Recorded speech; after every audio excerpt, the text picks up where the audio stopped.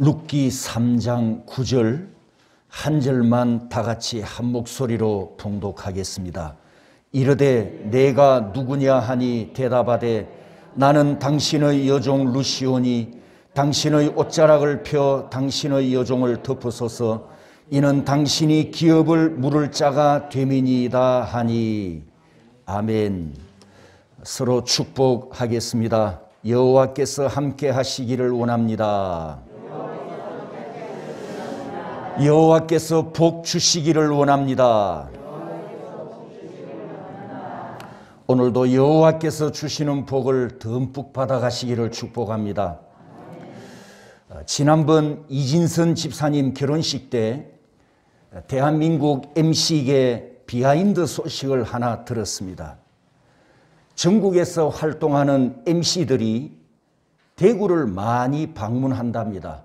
그 이유가 뭐냐 하면 대구 출신 MC들이 청중을 웃기는 아이디어와 실력이 전국에서 최고라고 하네요.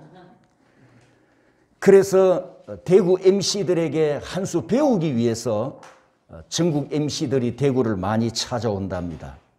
그러면 대구 출신 MC들이 실력이 왜 최고가 됐을까요? 대구 MC 실력이 왜 최고일까요? 갱상도 보리문디들이 본래 무뚝뚝하기가 소 힘줄같이 질기니까 그 무표정하고 딱딱한 갱상도 보리문디들을 웃기게 하려면 얼마나 많이 연구를 해야 되겠습니까? 얼마나 많이 노력을 해야 되겠습니까? 그 결과가 전국 최고가 되었다는 겁니다. 지금 이 이야기를 해도 안 웃는 거 보세요. 이 갱상도 보리문디들이라니까 이 이야기를 해도 안 웃어요. 무슨 말씀을 하시나. 그래서 제가 그 말을 들으면서 나는 목사니까, 나는 영적 MC니까, 그러면 대구에서 목회하며 설교하는 목사는 얼마나 힘이 들까? 여러분 생각은 어떻습니까? 대구 지역 목회자들이 설교하는데 어려움이 있을까요, 없을까요? 대답 안 하셔도 됩니다. 중요한 것은 우리는 하나님의 말씀을 재미로 듣는 게 아니지요. 맞습니까? 하나님의 말씀을 듣고 영혼의 즐거움, 영혼의 평안함을 바라긴 하지만 코미디언이 사람을 웃기는 것처럼 그런 육신적인 웃음을 목표로 설교하거나 설교를 듣는 건 아닙니다. 하나님의 말씀을 재미로 들으면 신앙이 유치해질 수가 있습니다. 우리는 하나님의 말씀이 진리이기 때문에 듣습니다. 아멘입니까? 여러분이 아픈 몸을 치료하려면 약을 먹어야 하는데 여러분 맛있는 약만 골라 먹습니까? 아니잖아요. 병을 고치기 위해선 쓰디 쓴 약이지만 삼켜야 합니다. 하나님의 말씀이 내 영혼의 양약이기 때문에 쓰디 쓴 말씀이라도 삼켜야 내 영혼에 복이 되지 않습니까? 그러므로 하나님의 말씀은 재미있어서 듣는 게 아니고 하나님의 말씀이기 때문에 말씀이기 때문에 감사함으로 들어야 하고 하나님의 말씀이기 때문에 감사함으로 받아 먹어야 하는 줄 믿습니다. 우리 한국 사람들이 빨리빨리 기질을 갖고 있어서 장단점이 다 있습니다만 아무튼 이 빨리빨리 기질 때문에 인내와 끈기와 기다림에 좀 약점이 있잖아요. 이 빨리빨리 기질 때문에 휴대폰도 2년을 쓰고 던져버립니다. 그런데 하나님의 말씀을 우리가 이렇게 들으면 안 되죠. 사복음서를 보면 여러분도 아시다시피 예수님께서 제자들에게 설교한 시간이 몇 년이었습니까? 불과 3년밖에 안 되거든요. 그런데 그 짧은 3년 동안 예수님께서 반복하는 설교를 참 많이 하셨습니다. 왜 그러셨을까를 생각해 보니까 제 해석입니다. 우리 교회 성도님들을 보면 알 것 같아요. 예수님이 왜 그렇게 하셨는지. 우리 교회 성도들은 일주일 전 제목도 잊어버리거든요. 그러니 답으로 설교해야 되지 않습니까? 제가 룻기 설교를 6개월 목표로 시작하면서 이 넉장 85절을 가지고 6달 동안 설교할 수 있을까 이렇게 걱정이 됐지만 아무튼 도전 정신으로 성령 하나님께서 제게 지혜와 지식을 주시는 데까지 해보리라 결심하고 스펀지 물 짜내듯이 하나님의 말씀에 숨겨져 있는 것까지 보물을 캐내듯이 다 캐내는 심정으로 준비해서 하고 있습니다. 특히 이렇게 하게 된 동기가 이유 중에 하나가 이 룻기서에는 구약 성도들의 실제적인 생활, 그 생생한 삶의 모습이 담겨 있기 때문에 그들이 하나님 앞에 말씀으로 믿음으로 어떻게 행하고 살았는가, 그것을 그 글자 속에 숨어 있는 것까지 다 캐내듯이 캐내어서 여러분에게 설교를 해왔는데 오늘 43번째 시간입니다. 10번만 더하면 1년이 되더라고요. 여기까지 온 것은 전적으로 하나님의 은혜입니다. 여러분에게도 복이고 제게도 복인 줄 믿고 여기까지 인도해 주신 하나님께 감사와 영광을 올려드립니다. 이제 3장을 곧 마칠 거고 그리고 이제 마지막 4장으로 넘어갈 건데 조금만 더 인내해 주시면 이제 룻기는 마치고 떠날 겁니다. 지난 시간에 날개와 옷자락, 카나프에 대해서 말씀을 드렸습니다. 룻기서의 이 카나프는 2번 기록되었는데 2장 12절에는 여호와의 날개로 3장 9절에는 보아스의 옷자락으로 기록되었습니다. 오늘은 이 카나프에 담겨있는 성경에서 가장 중요한 2가지 의미, 이 카나프, 여호와의 날개와 옷자락에 담겨있는 가장 중요한 2가지 의미를 우리가 함께 하나님의 말씀으로 은혜를 받고자 합니다. 첫 번째 중요한 의미는 여호와의 날개, 여호와의 날개 카나프는 모성애 혹은 부성애를 강조하는 하나님의 사랑이 담겨 있습니다. 하나님의 사랑이 담겨 있는 이 여호와의 날개가 출애굽기 19장에서 잘 나타내고 있는데 내가 애굽 사람에게 어떻게 행하였음과 내가 어떻게 독수리 날개로 너희를 업어 내게로 인도하였음을 너희가 보았느니라. 애굽에서 자기 백성을 독수리 날개로 업어 구원해 내셨고 어미가 새끼를 업듯이 자기 백성을 업어서 천국으로 인도해 가시는 아버지의 모습, 여호와의 모습, 그 모습은 아버지의 사랑을 충분히 나타내고 있습니다. 신명기 32장에도 보면 그의 날개를 펴서 새끼를 받으며 그의 날개 위에 그것을 엎는 것 같이 여호와께서 홀로 그를 인도하셨고 그와 함께한 다른 신이 없었도다. 이렇게 말씀하였습니다.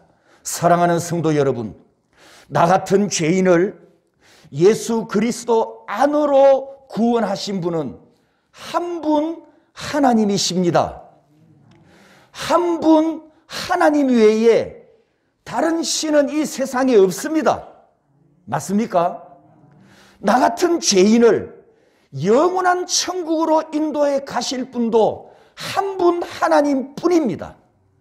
여러분, 다른 신이 이 세상에는 없습니다. 우리 하나님만 살아있는 신이십니다. 인정하십니까? 그러면 그 다른 신이 내게도 없어요. 하나님 외에 다른 신은 내게도 없습니다. 믿습니까? 그렇다고 한다면 하나님 외에 우리가 다른 것을 의지하거나 하나님 외에 다른 것을 붙들면 안 되겠죠. 하나님 아버지께서 나 같은 죄인을 이렇게 사랑하시는데 하나님 아버지를 의심하고 다른 것을 더 사랑하거나 하나님 아버지를 신뢰하지 못하고 다른 것을 더 의지하면 진짜 아버지 하나님께서 섭섭해 하실 거 아닙니까? 자녀들을 키워보신 부모 여러분, 그리고 부모님들께 양육을 받아본 자녀 여러분, 여러분들은 여러분의 자녀들을 사랑해 받지 않습니까? 여러분의 부모님으로부터 사랑을 받아봤지 않습니까? 그런데 이 혈통 사랑보다도 더한 사랑, 더 진짜 사랑이, 더 영원한 사랑이 바로 하나님 아버지의 사랑입니다. 혈통 사랑보다, 가족 사랑보다도 더 뜨거운 참된 사랑이 하나님 아버지의 사랑입니다. 믿습니까? 그 아버지 하나님께서 날개로 나를 업어주시고 그 날개로 나를 덮어주시는데, 여러분, 이 날개와 관련한 부모의 사랑을 가장 잘 보여주는 그림 한 장이 있습니다. 바로 이 어미와 새끼의 사진을 보십시오. 어미 닭이 새끼들을 데리고 풀을 뜯다가 매나 솔개가 날아오면 어미는 구구구구구 외치면 그 새끼를 부르는 동시에 날개를 최대한 넓게 펴서 새끼를 다 감춰버립니다. 제가 어릴 때 집에서 닭을 키웠었기 때문에 이 장면을 자주 봤습니다. 그런데 여러분, 신기한 건요, 장닭은 절대 새끼 안 감춥니다. 장닭이 뭔지 아시죠? 수컷입니다. 수컷. 장닭은 천하 없어도 새끼 품에 안 앉습니다. 지 혼자 돌아다닙니다. 그런데 암탉은요, 어미는요, 위험이 다가오면 새끼들을 감추는데 그 순간이 정말 눈 깜짝할 사이입니다. 병아리가 흩어져서 먹이를 주워 먹다가 어미가 구구구 하면 얼마나 재빠른 동작으로 순식간에 이 어미가 날개를 펴서 새끼를 감싸고 보호합니다. 이게 어미의 사랑이잖아요. 모성애. 하나님께서 오늘 말씀에 이렇게 우리에게 하나님의 사랑을 표현하셨습니다. 여호와의 날개로, 내가 내 날개로 너희들을 업었다. 내가 내 날개로 너희들을 인도했다. 사랑하는 성도 여러분, 우리를 향한 하나님 아버지의 사랑이 이렇습니다.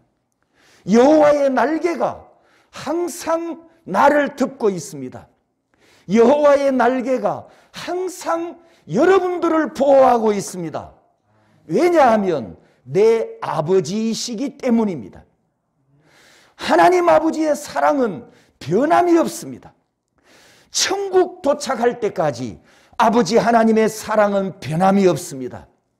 계속됩니다. 천국에 도착한 후에도 아버지의 사랑은 영원히 계속될 줄 믿습니다. 여호와의 날개, 그 여호와의 날개로 나를 덮어주시고 그 여호와의 날개로 나를 보호하시니, 사랑하는 성도 여러분, 영원한 하나님 아버지, 그 하나님 아버지의 사랑 안으로 들어가서 보호받는 복된 자녀들이 되시기를 주님의 이름으로 축복합니다. 두 번째, 카나프, 이 날개가 주는 중요한 뜻은 바로 이 옷자락 카나프에는 하나님의 말씀이 있습니다. 지금 그림을 하나 볼 건데, 구약 성도들이 입었던 옷입니다. 구약 성도들이 입었던 옷인데, 전에도 이걸 한번 보여드렸습니다만 두 가지 종류가 있습니다. 제일 밑에 있는 그림이 탈릿이라고 부르는 기도 숄인데,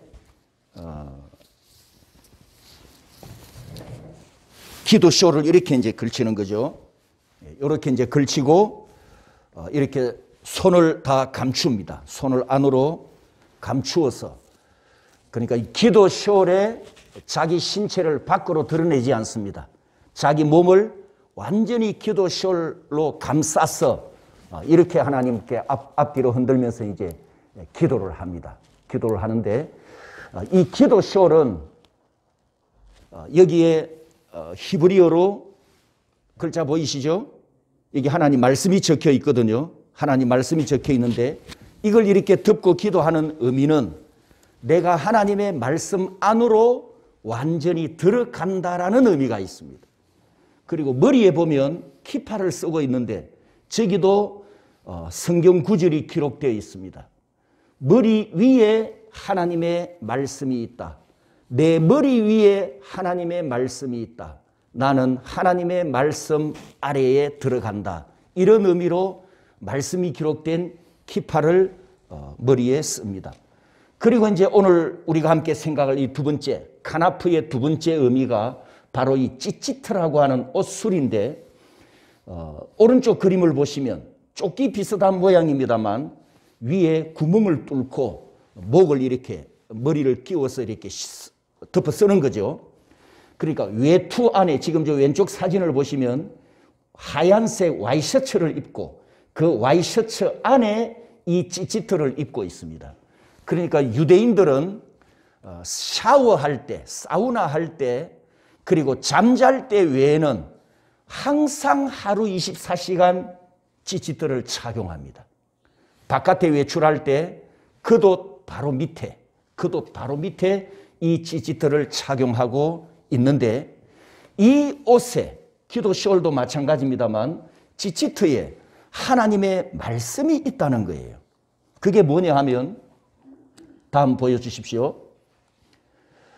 요 오른쪽, 맨 오른쪽 그림 보시면 가장자리 4개에, 기도 시월도 마찬가지입니다. 나중에 여러분 보십시오. 가장자리 4곳에 8개의 실로 5번 매듭을 지은 끈이 붙어 있는데, 요 찌찌트가, 찌찌트 게마트리아 숫자가 600이고 매듭 5개는 5, 실 8개 8 해서 613계명을 상징합니다. 그 613은 긍정적인 명령 365개, 1년 365일이죠. 부정적인 명령 하지 마라, 하지 마라.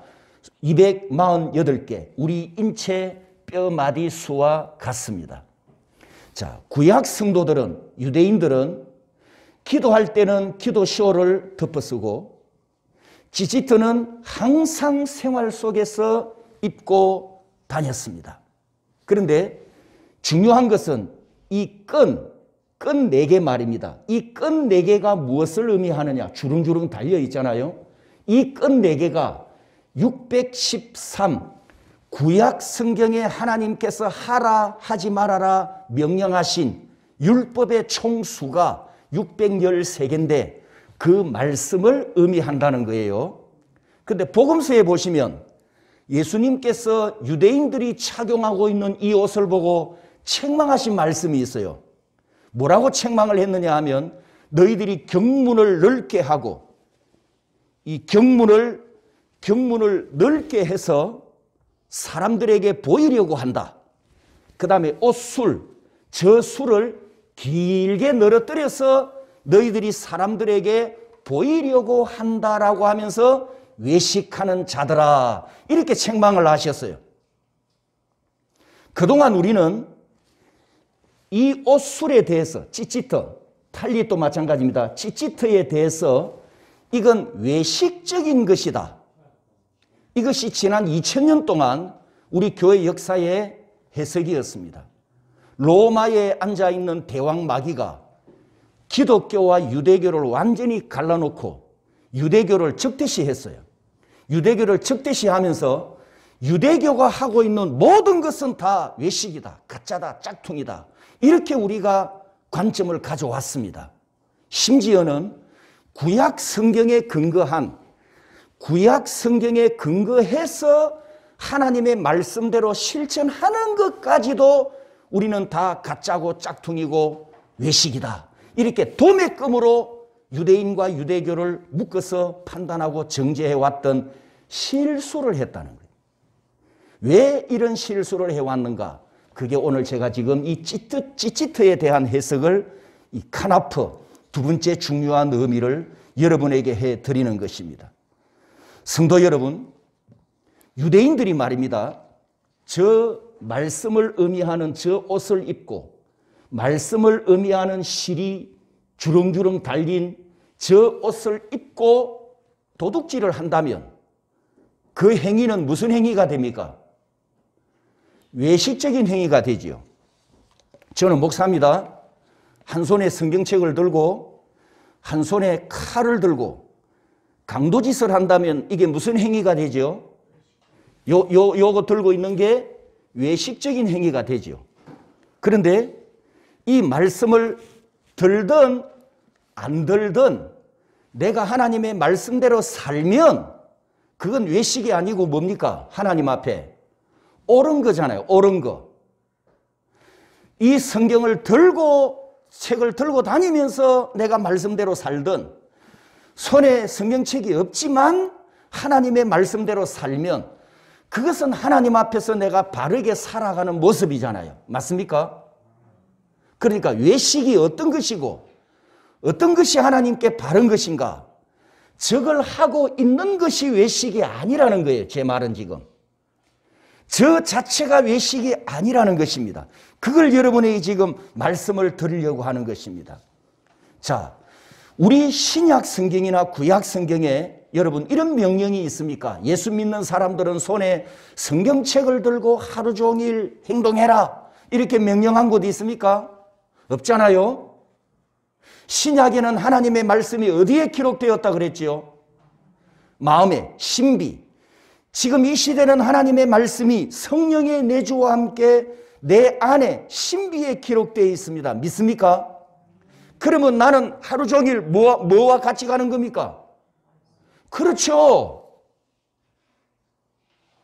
여러분 손에 성경책을 들고 하루 종일 행하는 거, 저 유대인들처럼 찌찌들을 입고 말씀을 상징하는 끈이 주릉주릉 달린 옷을 입고 하루 종일 사는 거하고 성령이 내 안에 내주하셔서 내 마음 신비에 기록되어 있는 하나님의 말씀과 함께 하루 종일 움직이는 거하고 어느 것이 더 가치가 있고 어느 것이 더 의미가 있고 어느 것이 더 중요합니까, 여러분? 나도 얼마든지 외식할 수 있잖아요. 그죠? 나도 얼마든지 유대인들처럼 외식할 수가 있습니다. 그러면 이 찌찌트는 성경에 근거가 있는가? 이제 성경을 보겠습니다. 민수기 15장으로 넘어갑니다. 이스라엘 자손에게 명령하여 대대로 그들의 옷단 귀 카나프입니다. 여호와의 날개 옷단 귀에 술을 찌찌트 술을 만들고 청색끈을 그 귀의 술에 찌찌트 더하라. 39절 하나님께서 이스라엘 백성들에게 이 찌찌트를 만들어 입으라 라고 분명히 말씀하셨어요. 그 목적이 39절에 나오는 네 가지 동사 때문입니다. 왜 찌찌트를 구약 성도들은 입었느냐? 39절에 네 가지 동사 따라서 합니다. 보고, 기억하고, 준행하고, 거룩함을 위하여. 첫 번째 보고라는 체험 동사이지 않습니까? 기억하고 자카르, 준행하고 창조의 네 동사 중에 아싸는 순종하면 창조 기적을 체험하는 기적의 동사입니다. 그리고 네 번째는 마음과 눈의 욕심을 따라 음행하지 말아라. 거룩함을 위하여 이 찌찌트를 만들어 입어라. 그러니까 구약 성도들은 이렇게 살아야 됩니다. 내가 찌찌트를 달고 그리고 그 끈, 이 주렁주렁 달려있는 끈, 이 끈이 무엇을 의미한다고요? 613개의 하나님의 계명. 이 끈을, 이 수를 볼 때마다 하나님께서 말씀하신 613개의 계명을 기억하고 상기하면서 1년 365일 동안 내 온몸으로 하나님의 말씀을 기억하면서 나는 말씀의 사람이다. 이 정체성을 가지고 살아야 한단 말이죠. 나는 하나님의 사람이다. 하나님의 사람이다. 나는 말씀의 사람이다. 왜? 이 말씀을 지금 달고 있으니까. 말씀을 상징하는 이 찌찌들을 내가 입고 있으니까. 이거 입고 내가 365년 동안 살아가니까 내 정체성은 하나님의 사람이다. 나는 하나님의 말씀의 사람이다. 이 정체성을 가지고 말씀대로 순종하며 살아가는 것은 외식이 아니고 민수기 15장 하나님의 명령대로 살아가는 삶이었습니다. 여러분, 이 명령대로 하나님의 말씀을 기억하고 준행하기 위해서 항상 말씀을 상기하는 찌찌트를 보아스가 입고 있었단 말이죠. 룻기스에 나타나는 보아스의 신앙 성품과 인격을 보면 여러분, 보아스가 외식자였을까요? 아니면 믿음으로 사는 사람이었을까요? 외식자였을까요? 그는 하나님 말씀에 순종하는 진정한 참된 모습의 성도였을까요? 그러면 이게 외식이 아니다 말이죠. 이해되셨나요? 그 생각을 지금 바꾸셔야 돼요. 이 자체가 외식이 아니라는 거예요. 분명히 민수기 15장 하나님께서 찌찌들을 만들어 입어라. 그 목적 4가지 동사 4가지까지 말씀하셨어요. 다만 이걸 입고 말씀대로 못 살면 외식이죠. 그 외식은 우리도 얼마든지 할 수 있단 말이죠. 제가 민감한 질문을 하나 던집니다. 여러분 잘 생각해보고 대답하셔야 됩니다.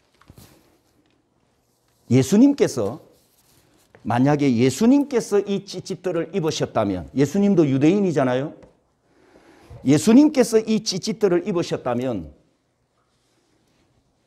예수님도 외식이었을까요? 예수님이 외식했다 그러면 곤란하죠. 그렇게 해석하면 큰일 나는 거죠. 아니죠. 마가복음 5장으로 넘어가 보겠습니다. 12해를 혈루증으로 앓던 한 여자가 많은 괴로움을 당하다가 예수님의 소문을 듣습니다. 그러면서 이 여인이 생각하기를 예수님의 옷에 손만 대어도 내가 구원받겠다. 이런 믿음이 싹트기 시작합니다. 그래서 실제로 청중들 속에 비집고 들어가서 예수님의 옷자락을 만졌어요. 29절. 이에 바로 즉시입니다. 이에 그의 혈루 근원이 곧 마름에 병이 나온 줄을 몸에 깨달으니라. 예수님이 소리를 질렀습니다. 누가 내 옷에 손을 대었느냐? 왜 이 소리를 지르시죠? 30절에 그 능력이 자기에게서 나간 줄 아셨기 때문입니다. 여러분 이 장면을 우리가 지금 마가복음을 봤는데 마태는 마태복음을 유대인의 관점에서 기록을 했고 유대인들을 향하여 마태복음을 기록했습니다. 유대인들에게 유대인의 관점에서 마태가 기록한 본문은 이렇게 기록을 합니다. 마태복음 9장입니다. 12해 동안이나 혈루증으로 앓는 여자가 예수의 뒤로 와서 크라스페돈 겉옷가를 만지니 이는 제 마음에 그 겉옷만 만져도 구원을 받겠다 함이라. 예수께서 돌이켜 그를 보시며 이르시되 딸아 안심하라 내 믿음이 너를 구원하였다. 자, 여기 여인이 예수님의 뭘 만졌답니까? 겉옷 따라서 합니다. 이 크라스페돈이 아까 구약의 민수기 15장에 따라서 합니다. 이 술이 갑니다. 술이 찌릿한데 구약의 술이 요거 끈 말입니다. 구약의 술이 요 찌릿한데 요 히브리어 찌릿가 헬라어 크라스페돈으로 번역이 되면서 예수님이 입고 있었던 옷 가라고 말씀하셨어요. 가와 술이 같은 단어입니다. 예수님이 뭘 입었답니까? 뭘 입었다고요? 이 옷 입었다고요. 예수님이 찌찌트 입고 계셨어요. 찌찌트. 자, 그러면 이 장면을 우리가 해석을 해볼 때 혈루증을 앓던 여인이 내가 예수님의 옷자락만 만져도 내 병이 치료되겠다. 이 믿음을 가진 근거, 예수님의 옷에 무슨 마술적인 능력이 있습니까? 예수님의 옷이 뭐 부적과 같은 그런 힘이 나타납니까? 이 여인은 그런 미신적인 의미로 병을 치료받으려고 했던 것이 아니고 겉옷, 가, 옷, 술, 이 찌찌트가 뭐라고요? 아까 찌찌트의 의미가 뭐라고요? 하나님의 말씀이란 말이에요. 이 여인이 믿었던 게 그겁니다. 내가 하나님을 믿기 때문에, 그 여인도 유대인이잖아요. 나는 하나님을 믿기 때문에, 하나님의 딸이기 때문에 하나님의 말씀의 능력을 믿는다. 아멘. 그 말씀을 내가 붙잡으면 내가 고침받겠다. 아멘. 이 말씀을 내가 만지면 내가 구원을 받겠다. 이러한 믿음의 행동이었다는 거예요. 이 여인이 그 옷을 만지려고 했던 근거가 그 옷술 찌찌트에 의미하는 하나님의 말씀, 말씀이 나를 치료하고 말씀이 나를 살리고 말씀이 나를 구원할 것이다. 이 올바른 믿음의 행동이었습니다. 그런데 보십시오. 공교롭게도 이 여인은 찌찌트를 만지려고 했지만 그 찌찌트를 입고 오신 분이 누구십니까?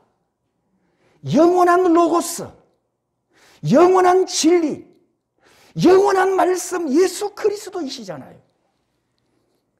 찌찌트를 입고 오신 그분이 세상을 창조하신 분이고, 지금 찌찌트를 입고 지나가시는 그분이 바람과 바다를 잠잠케 하신 분이고, 지금 찌찌트를 입고 계신 이분이 죽은 나사로를 살려내신 분이고, 그분 존재 자체가 영원한 진리이시고 영원한 생명의 말씀을 선포하신 참 하나님이셨습니다. 그러니 이 여인은 자기 병을 고치기 위해서 정확한 방향을 찾아간 것이고 정확한 목적지를 찾아간 것을 우리가 지금 보고 있습니다.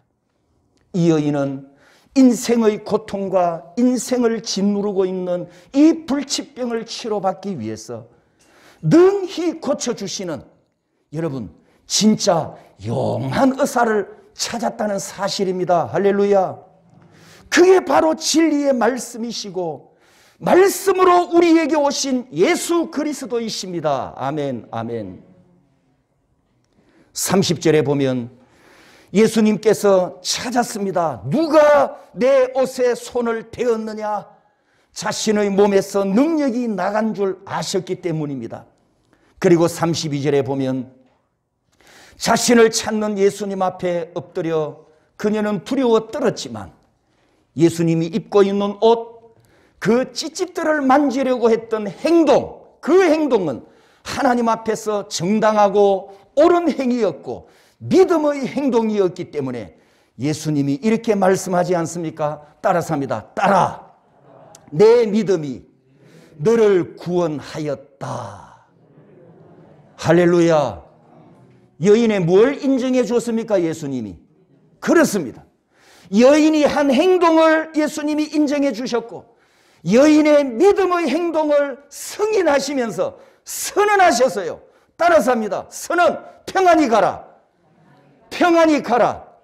내 병에서 놓여 건강할지어다. 할렐루야. 말씀으로 오신 주님께서 말씀을 선포하셨습니다. 말씀의 능력을 의지하여 치료받기 원했던 여인의 믿음을 보시고 말씀을 선포하셨습니다. 그 질병을 완치해 주셨고 그 질병에서 자유함을 주셨습니다. 성도 여러분, 하나님의 말씀이 능력입니다. 하나님의 말씀이 날개입니다. 새끼를 보호하기 위해서 어미의 날개로 덮듯이 하나님의 말씀이 날개처럼 나를 덮어주셔야 합니다. 여러분에게, 여러분 인생에, 여러분의 삶에 어떤 어려움이 오더라도 어려움이 올수록 말씀 안으로 들어가시기를 축복합니다. 예수 그리스도 안으로 들어가시기를 축복합니다. 여호와의 날개 안으로 들어가서 쌓이고 덮이고 안겨야 합니다. 이 험악한 세상에서, 시험과 유혹이 많은 부정한 세상에서 나를 지켜주는 것은 하나님의 말씀뿐임을 믿습니다. 사단의 괴계와 속임수와 미혹이 많은 어두운 세상에서 바른 길을 걷도록 나를 인도하는 것은 진리의 말씀뿐입니다. 악한 사단이 먹이를 찾는 맹수처럼 나를 공격해 올 때에도 우리는 하나님의 전신갑주인 말씀의 금으로 능히 막아낼 줄 믿습니다. 성도 여러분, 기억하십시오. 하나님의 진리의 말씀이 나를 덮어 보호하는 아버지의 날개입니다.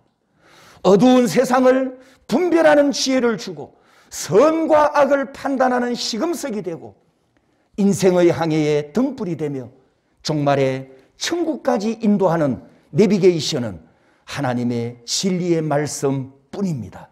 마지막 혼인잔치 때 신랑 예수님께서 세마포 옷자락으로 신부인 나를 영원히 덮어주실 줄 믿습니다.